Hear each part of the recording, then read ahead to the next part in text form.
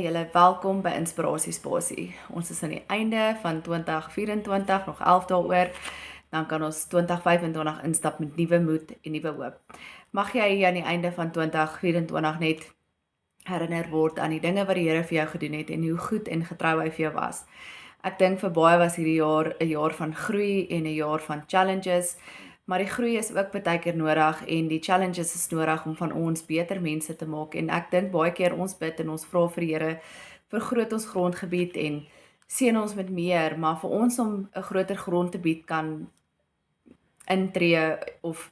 hanteer of meer kan hanteer, is dit nodig dat hy ons eers baie keer deur 'n groeityd vat en 'n tyd vat van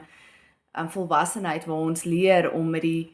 die meer te kan hanteer en daai groeiproses is nie altyd maklik nie, dit kom met groeipyne. So mag jy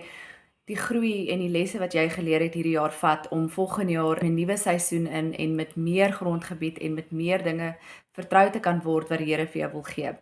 Ek sien dit in my geestesoog hoe die Here hierdie grond bewerk en hoe hy hierdie grond voorberei het in hierdie jaar vir dit wat volgende jaar kom en dit wat ons hom voor vertrou en dit waarvoor ons wag. En ek wil elkeen ook net bemoedig en sê, jy weet, die laaste ruk druk dit op my hart dat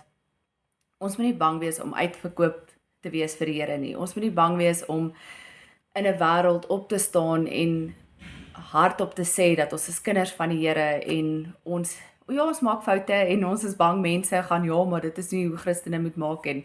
ons is maar so geneig om bang te wees wat mense van ons dink, maar ons moet ook nie bang wees om op te kan staan en sê maar ons is kinders van die Here en ons as kinders van die Here leef 'n sekere manier en ons moet nie bang wees om verwerp te word en deur die wêreld anders aangekyk te word nie, want ons is geroep om anders te wees. Matteus 16 vers 24 en 25 sê, toe sê Jesus vir sy disippels, as iemand agter my wil aankom, moet hy homself verloon en sy kruis opneem en my volg, want elkeen wat sy lewe wil red, sal dit verloor, maar elkeen wat sy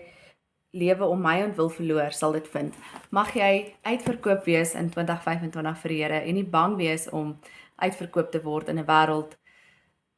met wêreldse dinge en wêreldse mense nie. En mag jy die een wees wat 'n verskil maak vir ander en mag jy daai groei en die lesse van hierdie jaar vat en net 'n groter grondgebied betree en die Here se seën ervaar.